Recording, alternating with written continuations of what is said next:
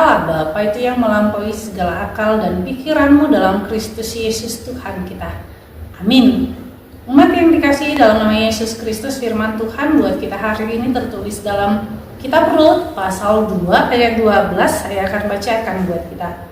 Tuhan kiranya membalas perbuatanmu itu, dan kepadamu kiranya dikaruniakan upahmu sepenuhnya oleh Tuhan Allah Israel, yang di bawah sayapnya engkau datang berlindung. Demikianlah firman Tuhan.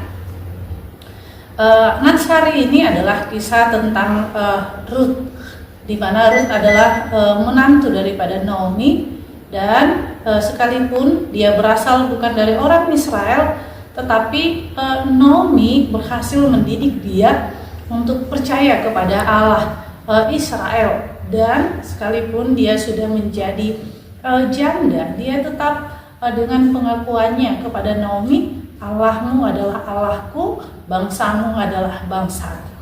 Artinya kita melihat Rut di sini adalah orang yang setia kepada Tuhan, apapun keadaan, sekalipun dia sudah seorang janda, tetapi dia tetap ingin mengikuti dan setia kepada Allahnya Naomi.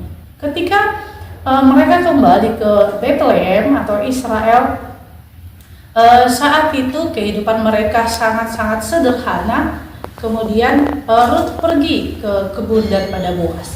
Ketika Rut pergi ke kebun Boas, disinilah kita melihat bahwa ada hukum di Israel.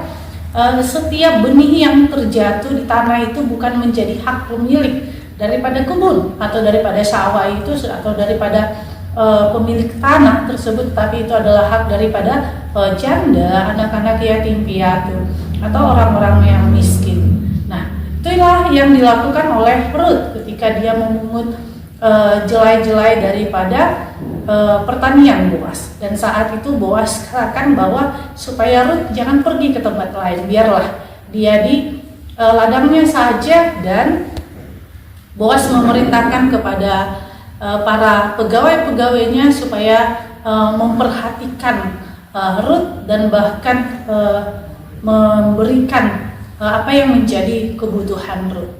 Disinilah Rut mengucap terima kasih.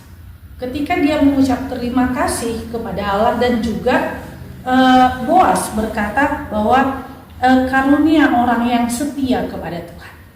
Artinya penderitaan, kelemahan bisa menjauhkan kita daripada Tuhan.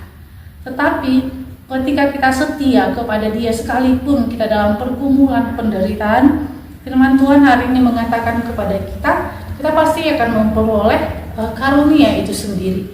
Karena apa yang Allah butuhkan dari kita adalah kesetiaan kita. Dan disinilah sama seperti Boas yang memberikan benih itu kepada Rut. Artinya ketika benih-benih gandum dia berikan, disinilah bagaimana Allah mengaruniakan yang baik. Dan inilah disuarakan kepada kita, bagaimana menjadi orang Kristen yang memperhatikan orang-orang lemah, memperhatikan orang-orang yang memang membutuhkan pertolongan daripada kita. Dan disinilah dimana gereja hadir untuk menolong setiap orang. Karena Paulus berkata, pertolong-tolonglah menanggung beban, demikianlah kamu memenuhi hukum Kristus, dalam Galatia 6 ayat 2. Mari kita saling tolong menolong, membantu gereja, membantu setiap orang, bantu dalam doa. Amin. Kita bersatu dalam doa. Terima kasih Tuhan Yesus buat anugerah-Mu, buat cinta kasih-Mu. Biarlah hidup kami saling tolong menolong. Dalam nama Yesus Kristus kami berdoa padamu. Amin. Kasih karunia Tuhan kita Yesus Kristus dan kasih Allah dan persekutuan Roh Kudus itulah yang menyertai kita. Amin.